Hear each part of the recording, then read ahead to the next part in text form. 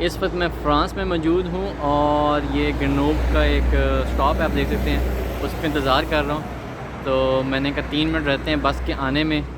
और आज मैं एक ओक ट्री विज़िट करने जा रहा हूँ। काफ़ी पुराना है, काफ़ी सदियों साल पुराना है। तो उनको इधर की कम्युनिटी ने उसको कंजर्व करके रखा हुआ, तो मैंने कहा आज आपको वो विज़िट कराता हूँ। साथ मैंने कहा ये बताता जो ये टिकट मैंने ली है यहाँ से, इस पर 10 वॉयजेज़ आप देख सकते होंगे लिखा हुआ है, और ये मुझे 1.5 यूरोज़ की पड़ी है। इसका मतलब ये है कि 10 ट्रिप्स मैं ले सकता हूँ। और यहाँ पे जो बस सिस्टम है थोड़ा सा डिफरेंट है from Geneva and Switzerland. The thing is that यहाँ पे अगर मैं इसको बस पे यूज़ करूँगा तो इसको मुझे वैलिडेट करना पड़ेगा विद द QR कोड, और उसके बाद 1 आवर के लिए मैं उसी पे कहीं भी इन द सिटी कहीं जा सकता हूँ, आ सकता हूँ। तो within 1 hour multiple buses use करूँ तो 1 राउंड ट्रिप काउंट होगा। तो इस तरह मेरे पास 10 राउंड ट्रिप्स हैं। तो अब तक मैं 2-3 यूज़ कर चुका हूँ। I still have 7 round trips left. तो आज मेरा ये एक और यूज़ होगा। और इधर से मैंने ऑलमोस्ट 10 मिनट्स की ड्राइव है। अगले बस स्टॉप पे उतरूँगा, वहाँ से हाइकिंग स्टार्ट है नेचर के अंदर, तो वो आपको साथ लेके चलते हैं।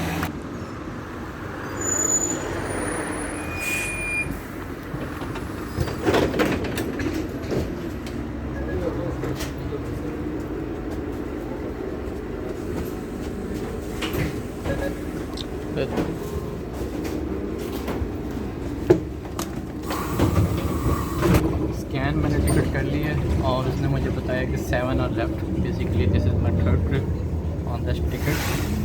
तो कुछ स्टॉप्स बाद में उतरूँगा। इनकी जो लोकल ट्रांसपोर्ट है वो इस तरह की है, ओल्ड फैशन स्टाइल।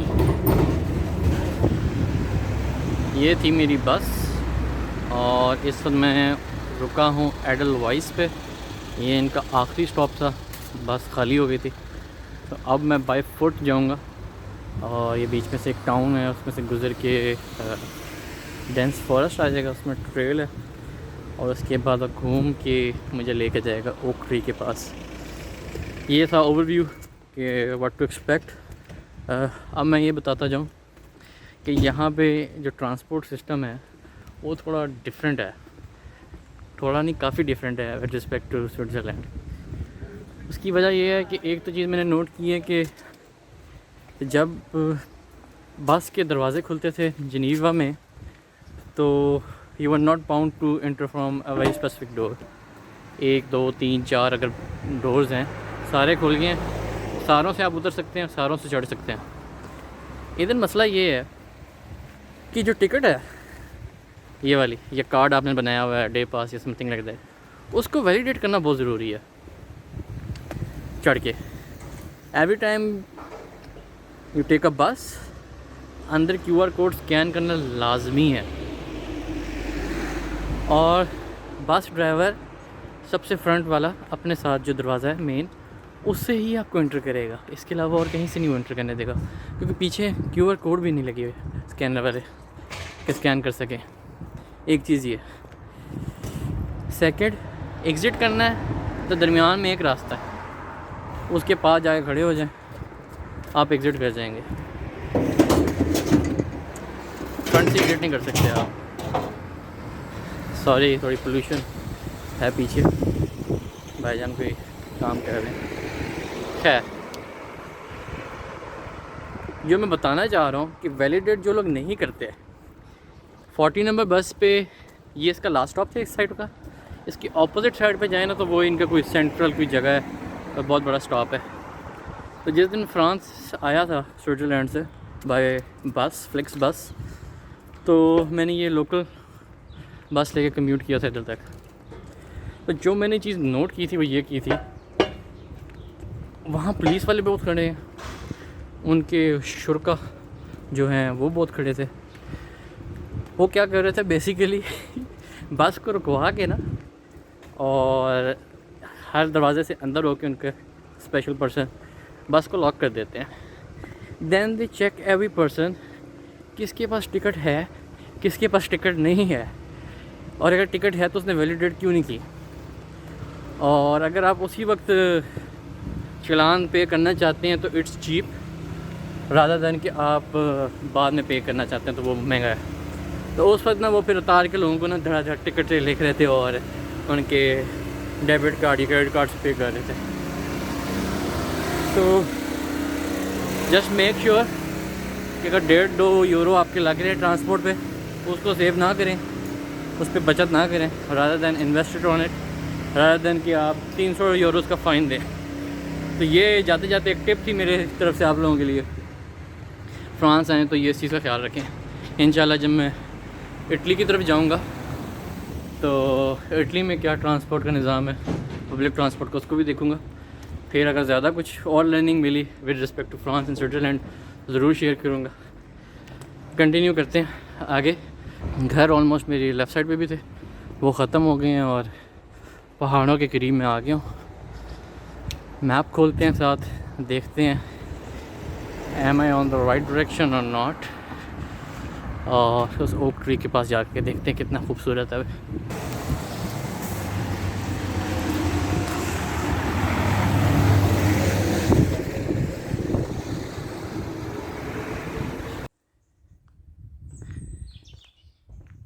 इस रूट पे काफ़ी स्पेसिफिक बसेस आती हैं और ये एक वेब लगा हुआ है, ये सी दिस स्पाइडर वेब।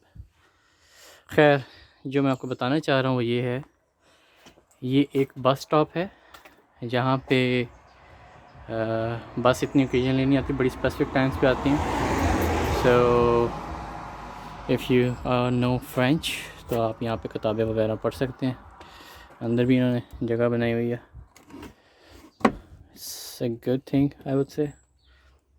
एक इनका सिंपल सा बस स्टॉप है जिस पे बड़ी स्पेसिफिकली आपकी कम्यूट होती है बस 43 नंबर की।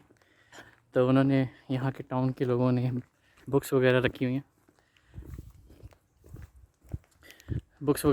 उन्होंने कि if you are here early so you could read books and stuff। और सड़क के अब आसपास मुझे घर महसूस होने लग गए हैं राइट लेफ़्ट पे।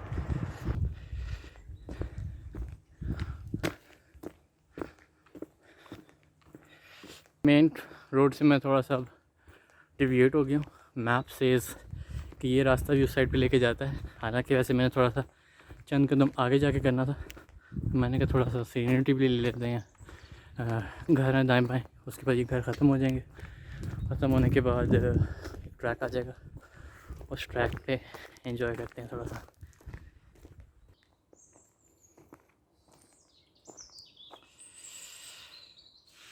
इस वक्त मैं पेव्ड रोड को छोड़ के अब डर्ट ट्रैक की तरफ जाने लगा हूँ। ये पीछे जा रहा है, इसको मैं फ़ॉलो करूँगा और इस पे मैं आपको लेके जाता हूँ, दिखाता हूँ क्या व्यूज़ मिलते हैं और क्या खूबसूरती मिलेगी।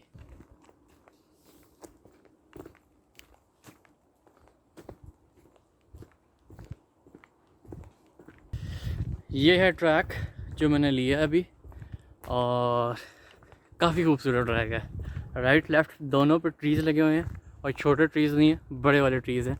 जैसे अगर आप पंजाब की तरफ जाएं हाईवे से उतर के तो ऐसे दरख्त आते हैं दाएं बाएं लगे होते हैं, फिर उनके एक आपस में ब्रांचेस में इतनी शेडो होता है। बेसिकली एग्जैक्टली यही पेवमेंट है यहाँ पे भी। इस तरह का ट्रैक मैंने आज तक कभी नहीं देखा। ये देखें,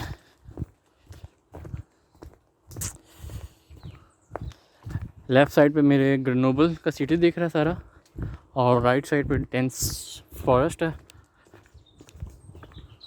and you can here the chipping sound of the birds, इतनी सूदिंग है।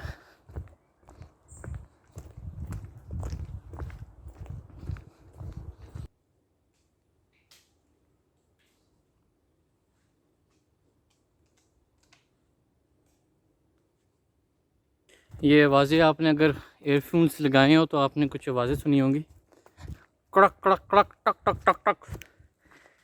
बेसिकली पहले तो मैंने सोचा कि ये जो जगह है ना, बेसिकली ना आगे बंदे की ज़ात है ना पीछे के बंदे की ज़ात है। It's a haunted place.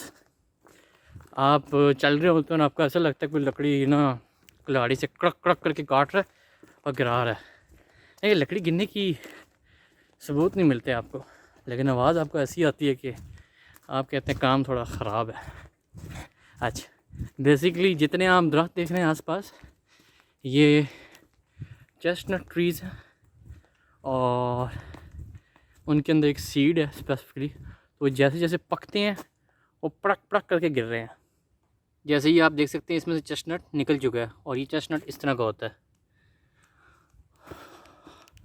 सैकड़ों के हिसाब से लगे हुए हैं ये, और आपको ऐसे ही लगता है ऊपर से कोई चीज़ ना किसी ने तोड़ी और नीचे फेंकी है। सैकड़ों के हिसाब से दरख्त है और उसमें मगर हर मिनट एक चेस्टनट भी गिर रहा है, तो आप देख लें आवाज़ कैसी होगी।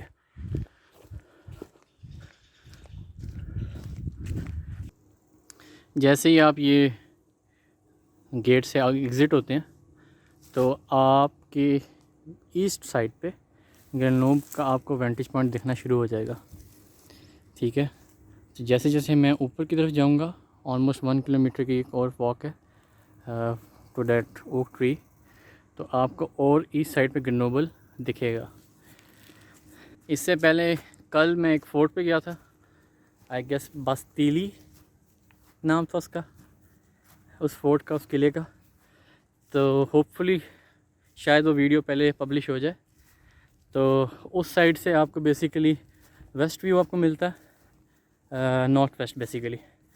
और यहाँ से जब मैं 1 किलोमीटर एक्स्ट्रा आगे चलूँगा टू डी वेंटेज पॉइंट, तो मुझे ईस्ट दिखेगा बैक पे सारा गलनोब का। लोगों के घर शुरू हो गए और आप ये देख सकते हैं वेनो 1.04 किलोमीटर अवे कुछ मुर्गियां हैं देसी तरीके से बैठी हुई हैं, एग्स दे रही हैं अपनी जगहों पे।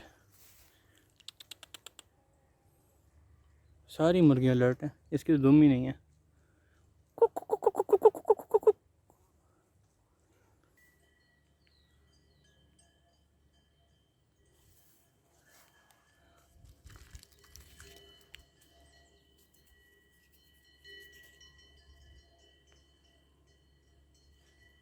नीचे से उठाए हैं अखरोट, सिर्फ एक ऊपर से तोड़ा है, बाकी घर जाके ट्राई करूँगा कैसे हैं खाने में,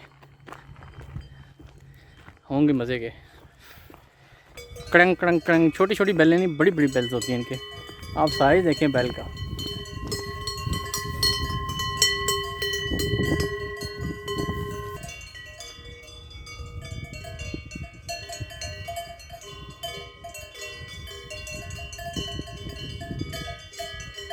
मेरे ख्याल से बेल्स थोड़ी सी डिफरेंट है, उनकी जो मोटाई गॉज जिससे गुजरी है उसकी इंटेंसिटी डिफरेंट है, जिसकी वजह से एक बड़ी मखसूस सी मेलोडी बन रही है।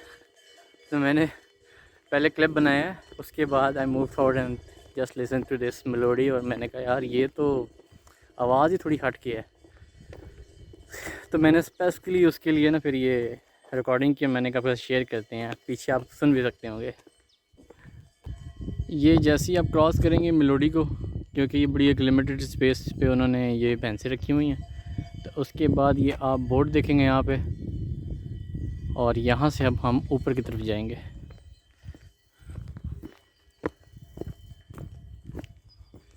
इट्स प्राइवेट प्रॉपर्टी उन्होंने लिखा हुआ है, और ये बताया हुआ है कि रिस्पेक्ट करें, जानवरों की लिटरिंग नहीं करनी, कुछ प्लक नहीं करना, पिकनिक नहीं करनी, बाइक्स वगैरह नहीं लेके आने, जानवर नहीं लेके आने।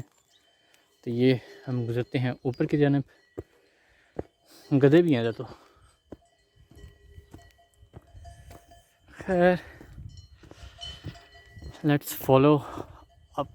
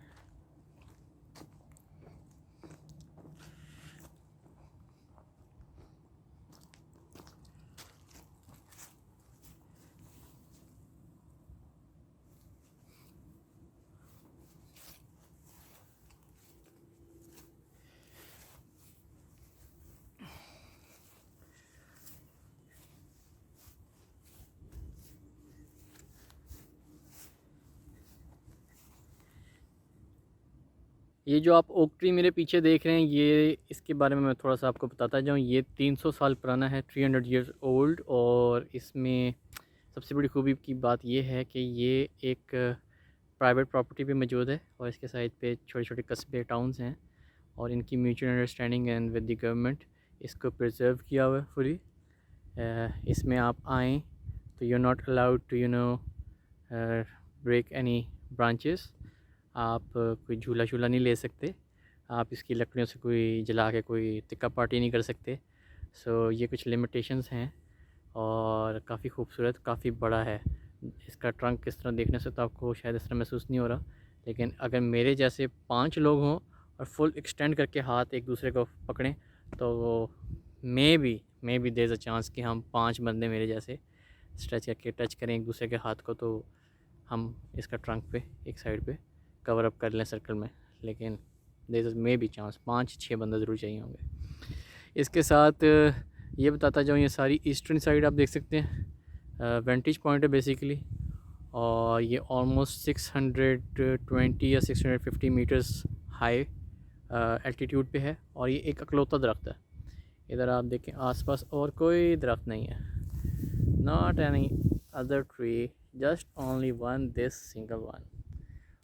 तो ये दूर से अगर आप कहीं भी कम्यूट कर रहे होंगे तो ये आपको एक लौता दरख्त दिखेगा, that is that oak tree. यहाँ पे एक एयर डोम है।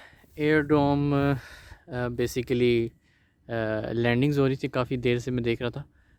2% ट्रेनिंग फ़्लाइट्स जितनी होती हैं ट्रेनिंग प्लेन्स वो थे। लेकिन इधर मैंने थोड़ा सा गूगल पे देखा है तो मुझे पता लगा कि कुछ जहाज़ ऐसे हैं जिनमें इंजन नहीं होता और उनको नेक्स्ट जहाज़ इंजन के साथ किसी केबल रोप के साथ टेंशन क्रिएट करके उसको उड़ाता है और उसको फिर छोड़ देता है हवा में आफ्टर गेनिंग सम एल्टीट्यूड, फिर वो खुद से लैंडिंग करता है। तो मैंने एक जहाज़ देखा है जिसके पीछे एग्जैक्टली सेम डिस्टेंस पे दूसरा जहाज़ जा रहा था। तो may be that is something जो यहाँ पे होता है। ये थी इसके बारे में इंफॉर्मेशन। अब आप इंजॉय करें छोटा सा टाइम लैप्स जो मैंने इधर बैठ के बनाया है। 30 मिनट्स का time lapse reduce to 30 seconds. तो उसमें आपको काफ़ी खूबसूरत व्यूज़ देखने को मिलेंगे। क्लाउड्स कितनी जल्दी से मूव कर रहे हैं और बीच में कुछ जहाज़ छोटे छोटे से डॉट्स से आएंगे जो कि जा रहे हैं दाएं बाएं।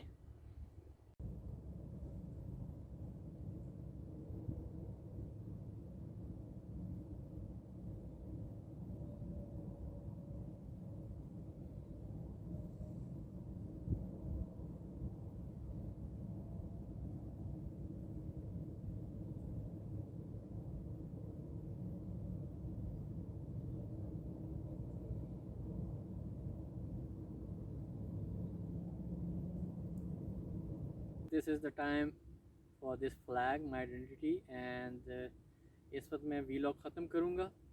If you like this video, please do subscribe me and follow me on Facebook. चले चलते हैं, तब तक के लिए अल्लाह हाफिज़।